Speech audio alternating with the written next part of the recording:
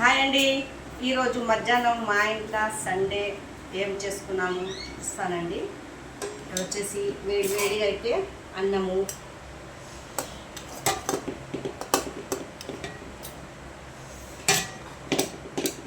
Sunday రోజు మీరు ఏమేమి చేసుకున్నారో కామెంట్ అయితే చేయండి. మా ఇంట్లో అయితే ఈరోజు చికెన్ కర్రీ,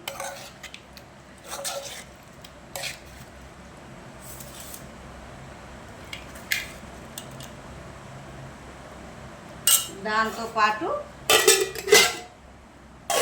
ఇది వచ్చేసి రాజ్మా కర్రీ. రాజ్మా కర్రీ కూడా చాలా టేస్టీగా ఉంటుంది.